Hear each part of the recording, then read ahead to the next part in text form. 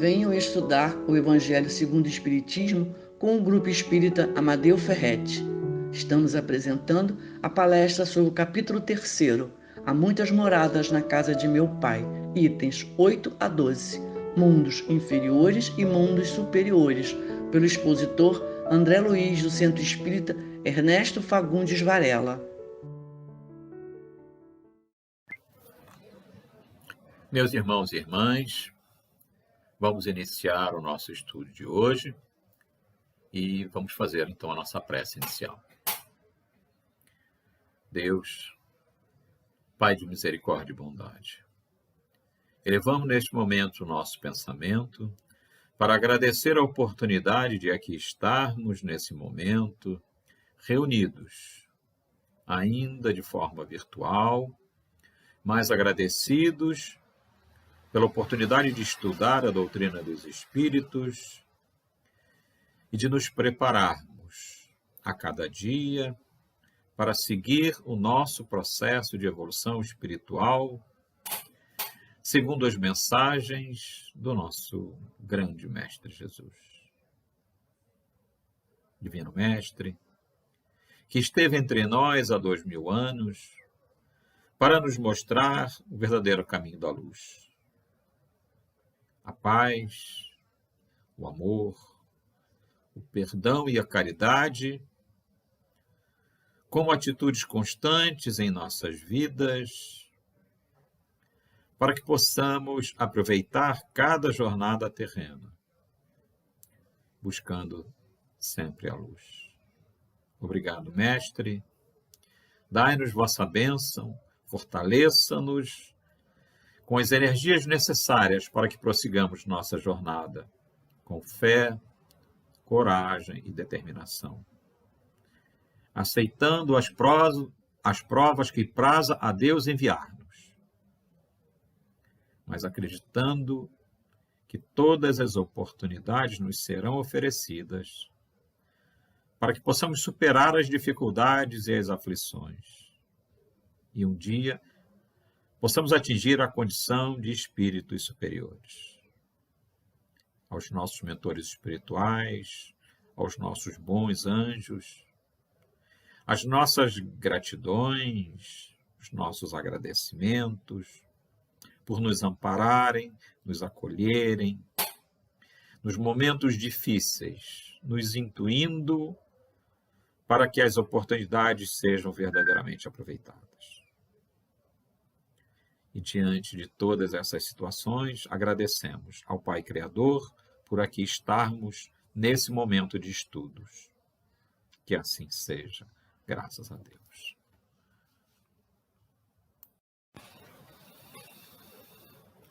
Meus irmãos e irmãs, que a paz do Mestre Jesus esteja em nossos corações.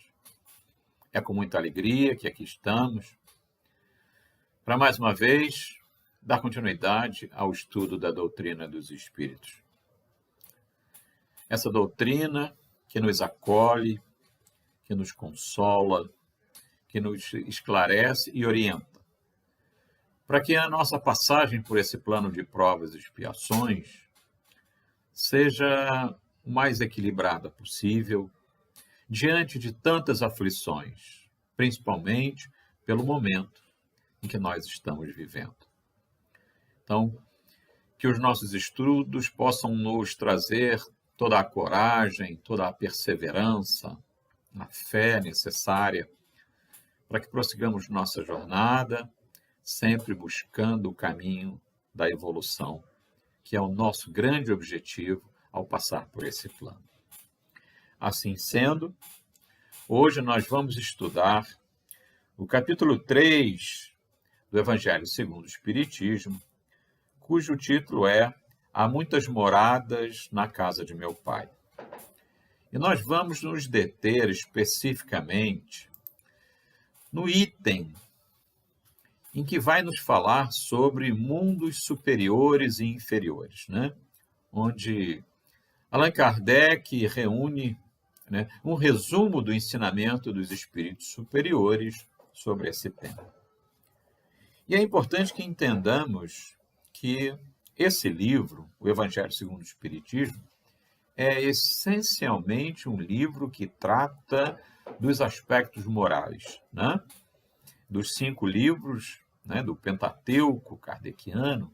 Esse livro ele vai ser, em todos os momentos, trabalhado no sentido de, à luz da doutrina dos Espíritos, ou seja, dos ensinamentos do Cristo Jesus, como nós devemos orientar a nossa passagem por esse plano no aspecto ético-moral. E quando Jesus nos diz, lá no capítulo 14 do Evangelho de João, né, especificamente nos itens 1 e 3, que ele reproduz aqui, não se turbe o vosso coração, crede em Deus. Crede também em mim, há muitas moradas na casa de meu Pai. Se assim não fosse, eu já vou-lo teria dito, pois que me vou para vos preparar o lugar.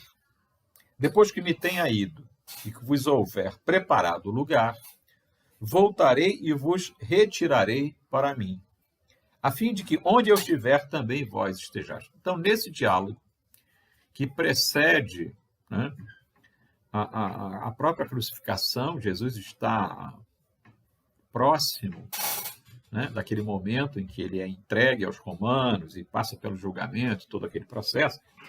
Nesse diálogo que Jesus mantém com os seus discípulos, ele coloca de forma bem clara, né, que a morada, existem muitas moradas na casa de meu Pai. Quer dizer, onde é a casa de meu Pai?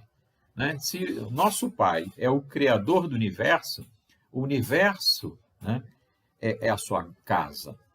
E nesse universo gigantesco, nesse universo infinito, há muitas moradas. Ou seja, os diversos planetas, os diversos mundos, né, que são ali colocados para proporcionar, em cada etapa, uma etapa da vivência dos espíritos criados por Deus. E no caso específico do nosso planeta, né, nós estamos numa dessas fases, né? Nós sabemos que os mundos são classificados em mundos primitivos, mundos de provas e expiações, regeneração, até chegar à condição de mundos celestes, em função dos habitantes desse planeta, né, do estado moral desse planeta.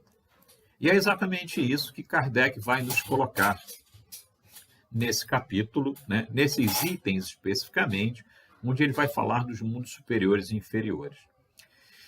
E ele vai nos dizer, então, que a qualificação dos mundos inferiores e de mundos superiores é antes relativa do que absoluta, pois o mundo é inferior ou superior com relação àqueles que estão abaixo ou acima deles na escala de progresso. Então, existe uma escala de progresso, né? Nós sabemos que essa escala de progresso envolve 2 vertentes, né? É o progresso moral e o progresso intelectual. E o progresso intelectual está sempre acima do progresso moral. Mas é preciso que haja um equilíbrio nesse grau evolutivo dos habitantes desse planeta. Então, existem planetas com habitantes que estão num grau evolutivo superior e inferior. E isso vai, então, situar o grau evolutivo de cada um desses planetas. E ele ainda nos diz, tomando a Terra por comparação, pode fazer-se uma ideia do estado de um mundo inferior. Supondo que os seus habitantes, no grau evolutivo dos povos selvagens e das nações bárbaras que se encontram ainda em nosso planeta, como restos do seu mundo primitivo. Então, essa condição de relatividade, ela se dá dentro do próprio mundo. Ou seja, embora nós estejamos no mundo de provas e expiações, ou seja, nós já passamos do nível evolutivo do mundo primitivo, mas sabemos que ainda ocorrem muitas situações extremamente degradantes. Isso é muito fácil da gente constatar, né? É só ver uns 3 ou 4 telejornais e nós vamos ver, mundo afora, situações de feminicídio, de maltrato de crianças, de maltrato de pessoas idosas, ou seja, atitudes de estupro, de assassinatos, de homicídios absolutamente degradantes e que caracterizam muito mais o mundo primitivo do que provas e expiações. Então, como nos foi dito, o nosso planeta ainda se encontra num estágio com restos, com resquícios de um mundo primitivo. Nos mundos mais atrasados, os seres que os habitam são, de certa forma, rudimentares. E esse rudimentares aqui se aplica não só no aspecto ético-moral, mas também no próprio aspecto físico, né? Possuem a forma humana, mas sem nenhuma beleza.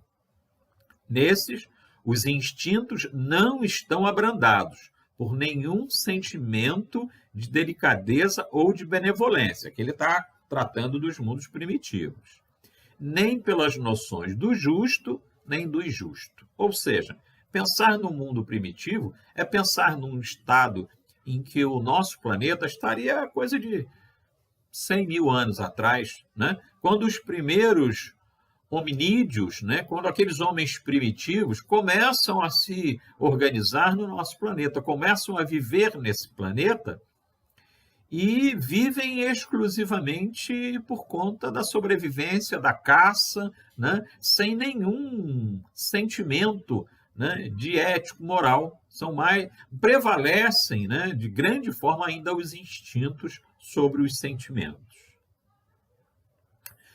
Apenas a força bruta é a lei.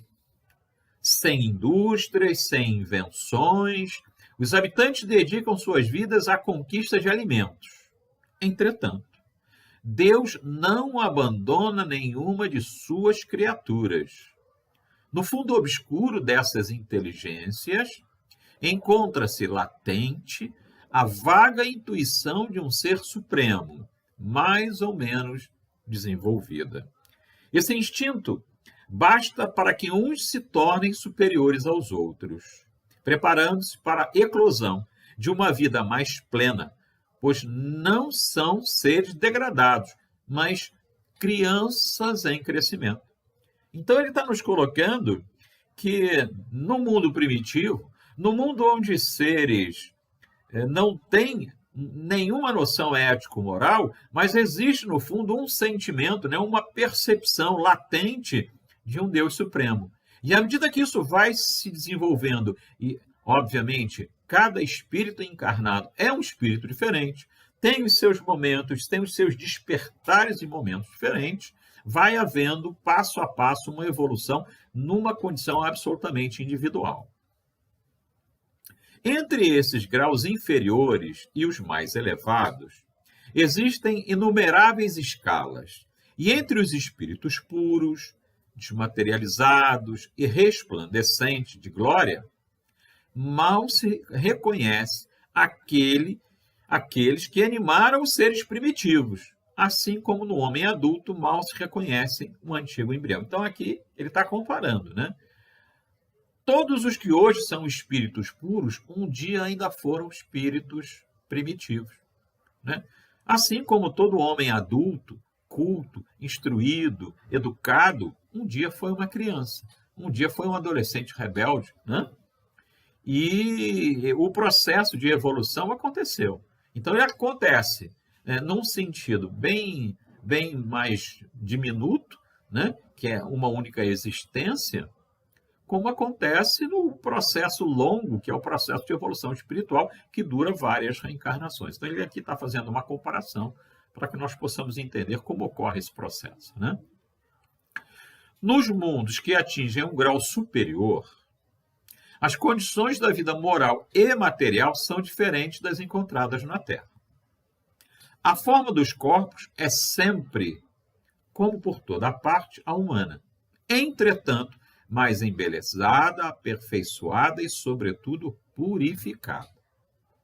O corpo nada tem da materialidade terrena e não é, consequentemente, sujeito às necessidades, às doenças e às deteriorações decorrentes do predomínio da matéria. Então, aqui ele já está nos colocando como é a vida num plano mais elevado. Quanto mais elevado, mais desmaterializado é o corpo, mais fluídico é esse corpo. E, obviamente, as necessidades são diferentes. Os sentidos mais sutis têm percepções que a rudeza dos nossos órgãos sufoca.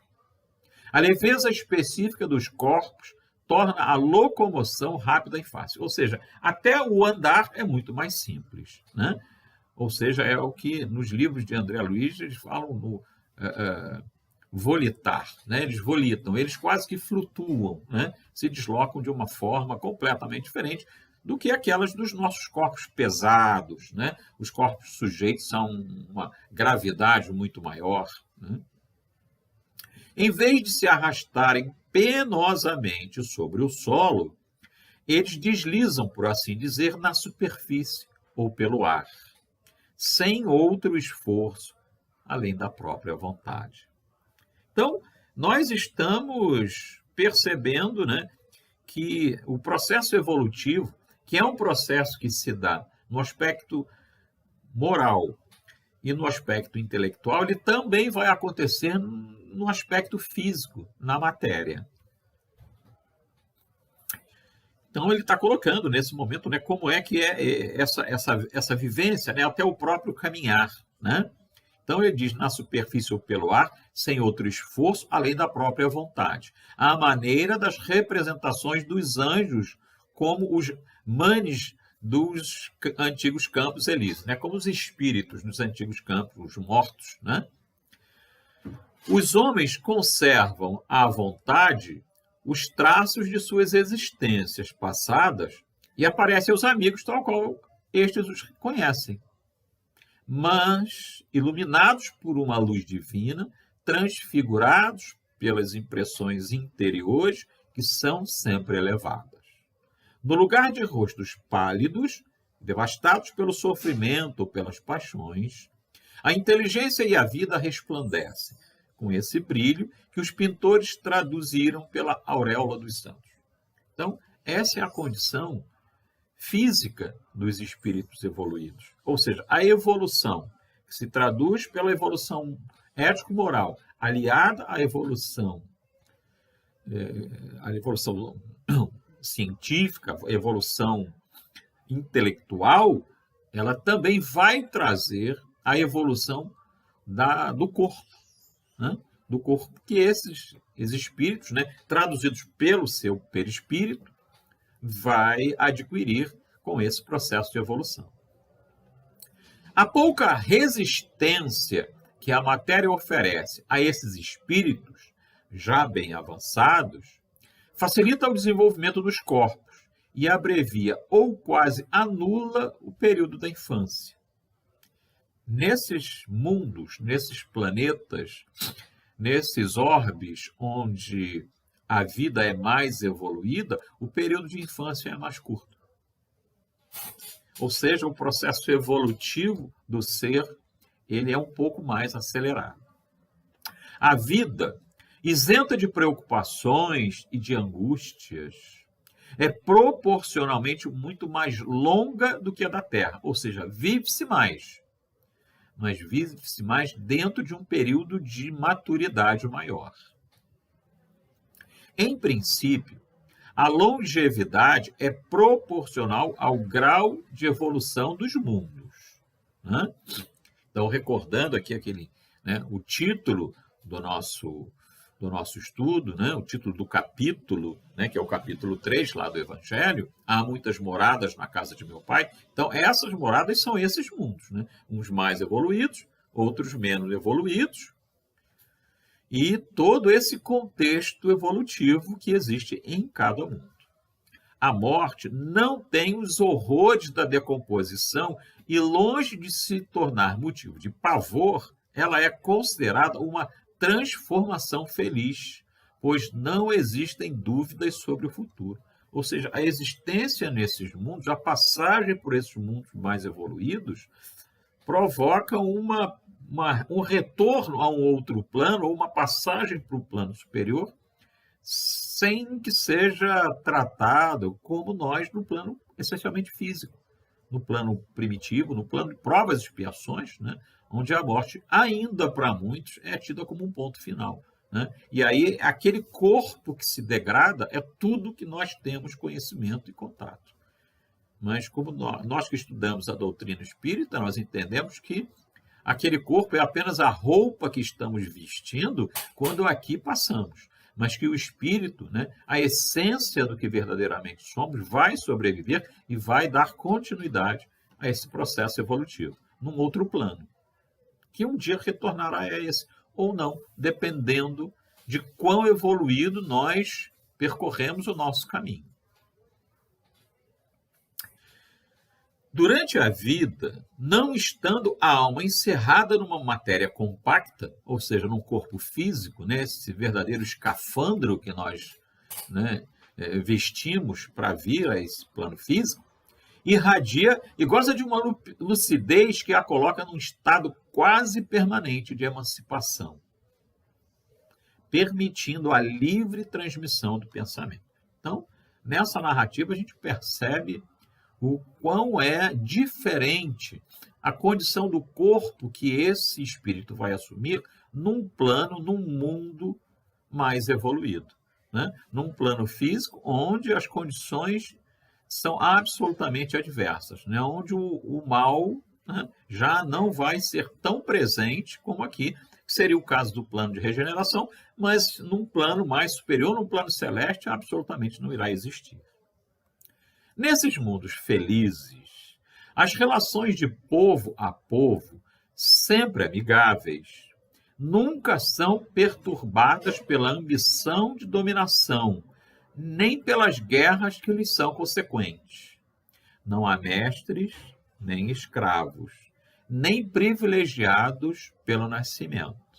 Somente a superioridade moral e intelectual estabelece a diferença de condições e confere a supremacia. Então, o que a gente percebe que, mesmo nesses planos, há ainda uma diferença, né? Há ainda um desnível entre os diversos espíritos que lá estão. Existem uns que estão num plano de evolução muito maior e outro menor. Mas isso não significa que haja superioridade entre eles. Há uma condição de vida muito mais equilibrada, onde os mais elevados vão ajudar os menos elevados. Então, é uma condição de vida onde o amor é a essência da convivência entre eles.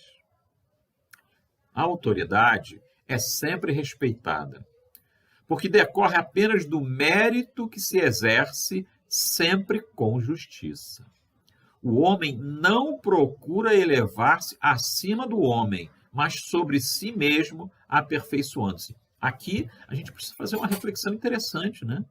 O homem não procura elevar-se acima do homem, mas acima de si mesmo, aperfeiçoando-se. Que é exatamente o que nós devemos fazer desde já, né? Ou seja, se elevar não significa estar acima de ninguém. Se elevar significa estar acima de si mesmo. Significa ser hoje melhor do que fui ontem. Amanhã melhor do que hoje. Entender que elevar-se não é subjugar ninguém, não é humilhar ninguém, não é achar que é superior a ninguém. Elevar-se é entender que somos espíritos em processo evolutivo ainda altamente endividados com a lei do progresso.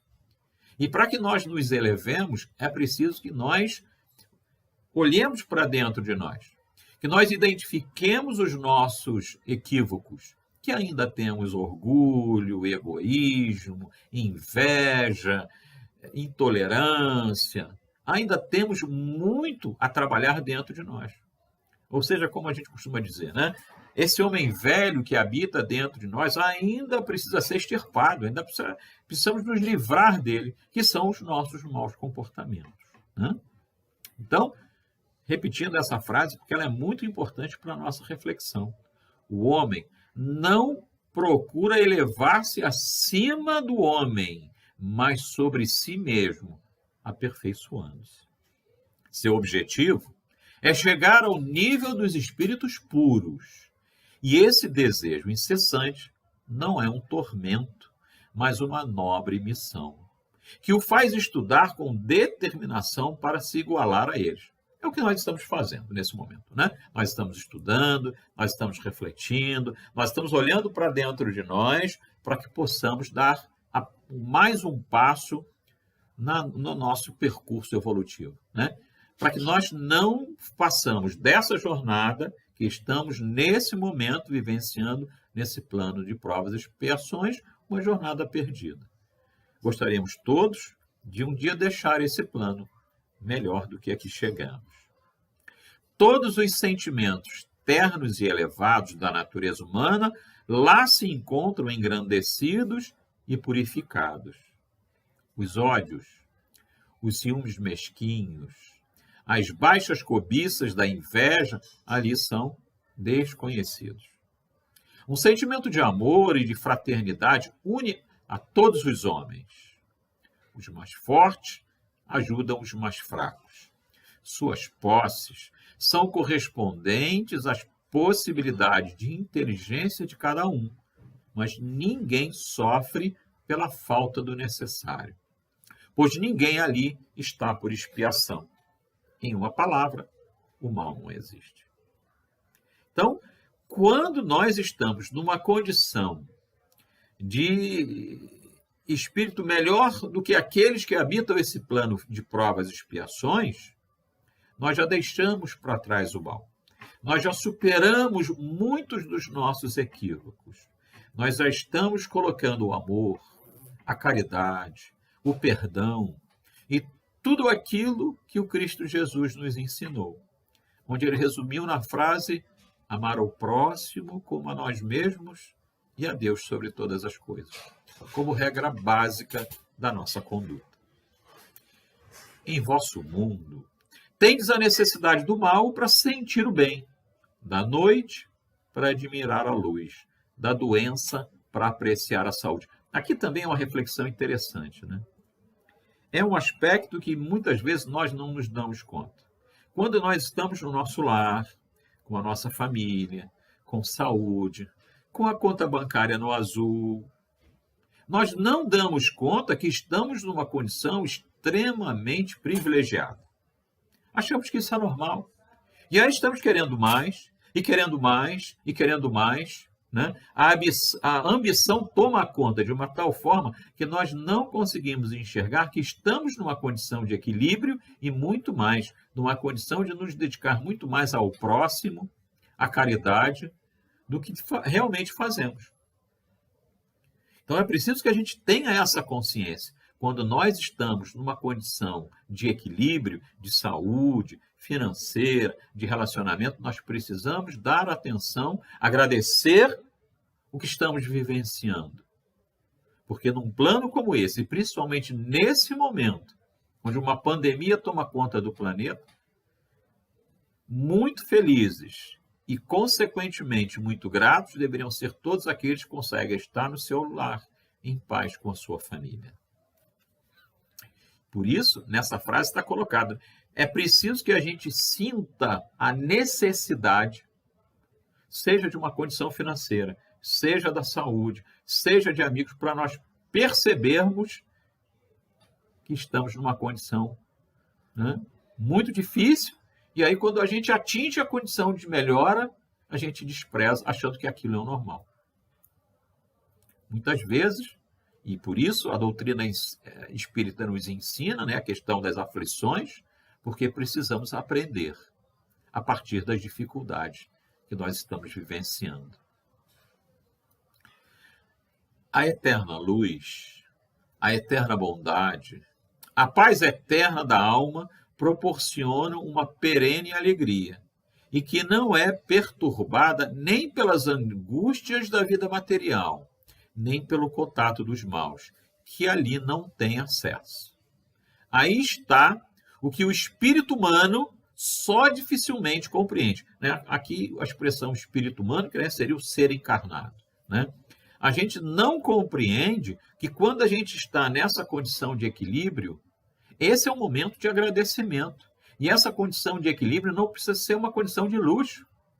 Basta que tenhamos o necessário para que nós levantemos os nossos pensamentos de agradecimento ao Pai Criador, porque estamos sendo agraciados realmente.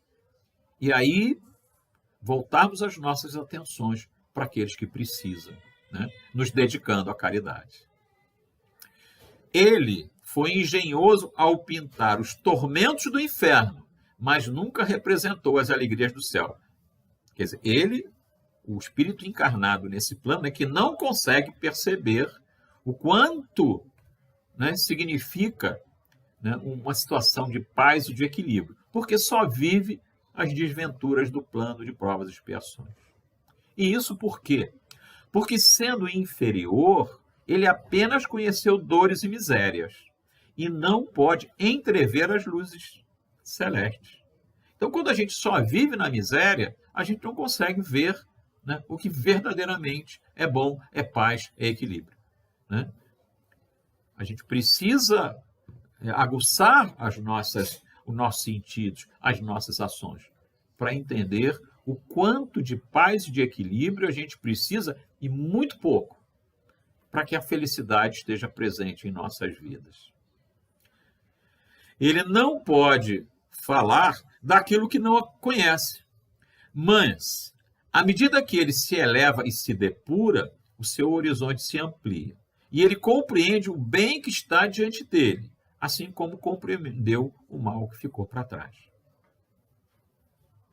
Isso é uma grande verdade, né? Se a gente pensar, por exemplo, uma pessoa, muitas pessoas, né? Elas só se dão conta da beleza da vida quando, por exemplo, tem uma notícia de um câncer, por exemplo, aí passam por uma situação absolutamente adversa, de preocupações, de situações negativas, aí ela se cura desse câncer. Aí ela passa a dar mais valor à vida, né? Aí ela passa a dar valor àquilo que ela conquistou verdadeiramente e que antes não dava, porque ela nunca tinha vivenciado algo tão difícil, superou. E aí ela vai dar valor àquilo que antes ela tinha e não dava conta. Entretanto, esses mundos afortunados não são mundos privilegiados, pois Deus é imparcial com todos os seus filhos. Esse é um conceito também que a gente precisa parar para fazer uma reflexão importante, né? Deus é imparcial com todos os seus filhos. Muitas pessoas vivenciam uma situação difícil, né? Como doença, por exemplo. E a primeira coisa que dizem, por que Deus está me castigando? Mas será que Deus castiga? Vamos fazer uma rápida reflexão aqui. Vamos pensar em alguém que comete um crime. O policial o prende, o juiz o condena e o diretor da penitenciária o mantém preso. Quem é o responsável por ele estar na penitenciária? O policial, o juiz ou o diretor da penitenciária? Ou será que o responsável por ele estar lá é ele mesmo? Dificilmente as pessoas conseguem perceber que muitas vezes vivenciam situações difíceis porque construíram essa situação difícil. E aí é um ensinamento importante numa doutrina que nos fala da reencarnação. Muitas pessoas se julgam pessoas boníssimas.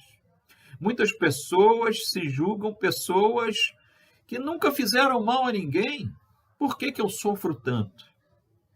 Mas quando nós entendemos que as nossas experiências de hoje são resultado de tudo que nós vivenciamos nesta vida e em outras vidas, aí nós começamos a olhar de forma diferente.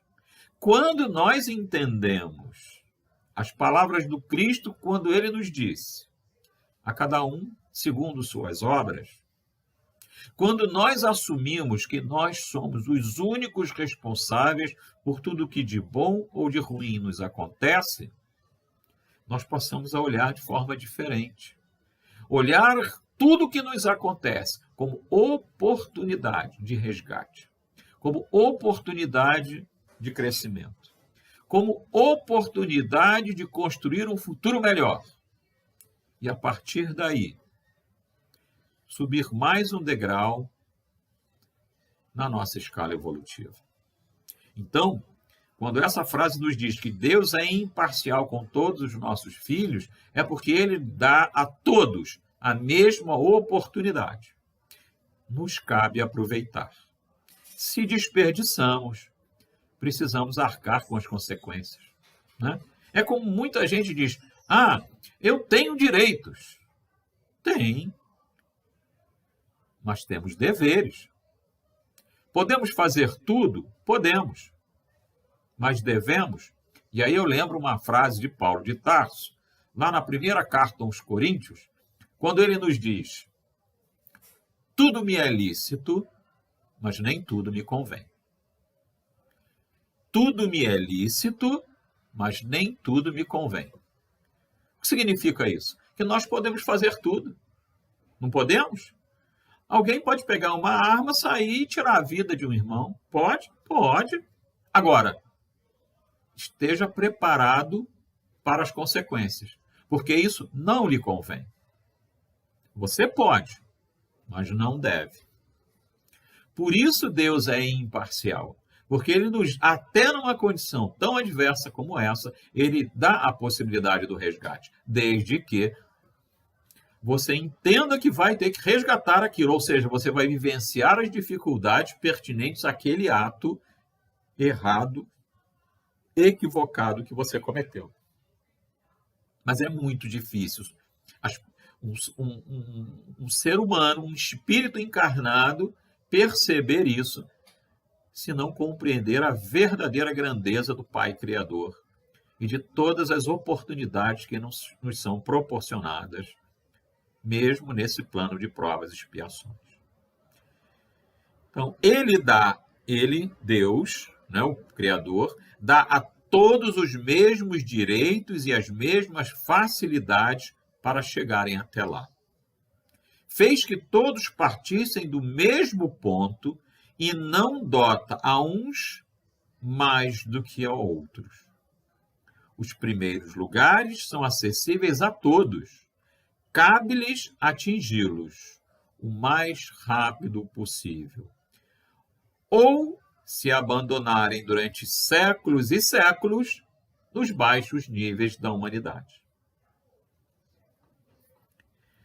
Meus irmãos, estamos passando por um momento muito difícil, mas todo momento difícil é um momento de oportunidade.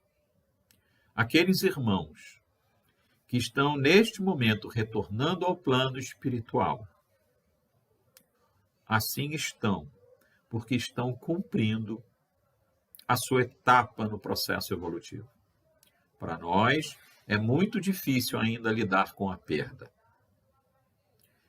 Mas no momento em que entendemos que aqueles irmãos que partem, eles estão regressando à liberdade, regressando a uma outra vida com outras oportunidades, nos cabe, ainda aqui presos a esse plano físico, a expressos por aqueles que estão indo, para que sejam amparados, e a nós, atos concretos de perdão, de caridade e de amor.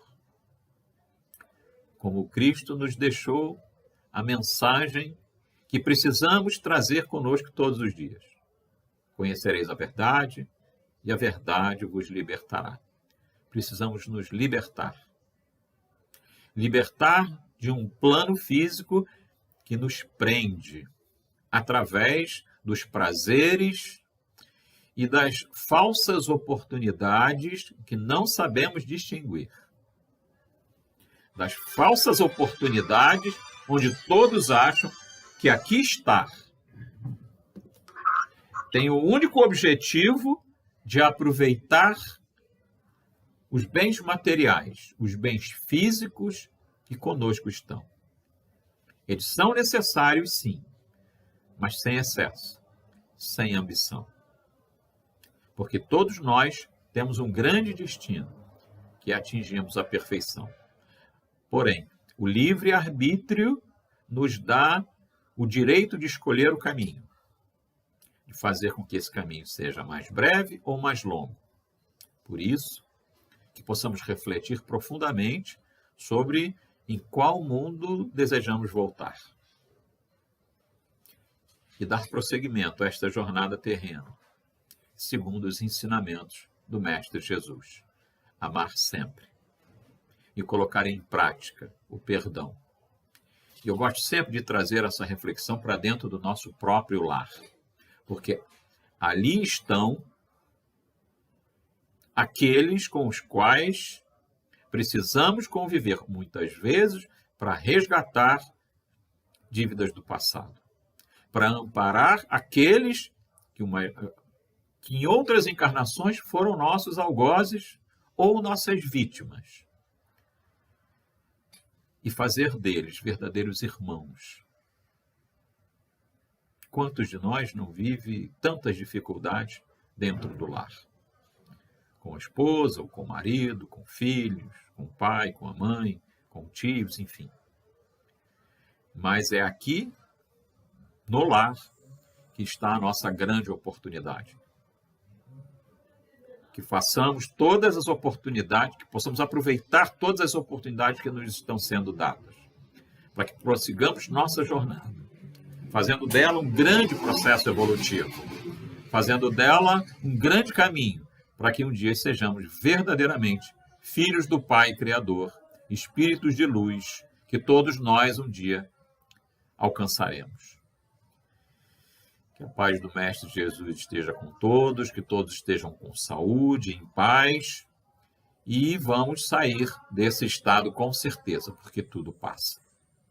Então, que a paz do Mestre Jesus esteja com todos e que o amor esteja sempre presente em nossas vidas. Que assim seja, graças a Deus.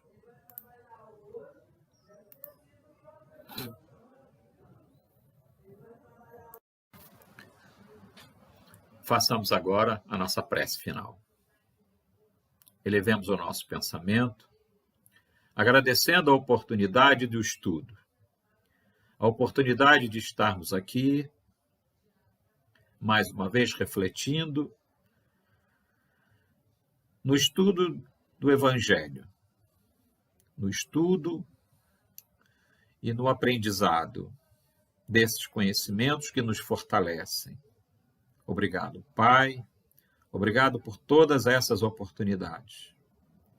Obrigado, Mestre Jesus, por nos colocar no caminho da luz, por nos ensinar verdadeiramente a amar o próximo como a nós mesmos e a Deus sobre todas as coisas. Que possamos trazer esses ensinamentos para o nosso cotidiano, a cada dia fazendo o bem, procurando todos aqueles que nos cercam como irmãos e estendendo a mão sempre que necessário for. Que possamos agradecer também aos nossos mentores espirituais, pois que sempre estão conosco, nos auxiliando e nos intuindo. Obrigado. Que Deus nos abençoe a todos. Que a paz se faça presente em nossas vidas em todos os momentos. Graças a Deus.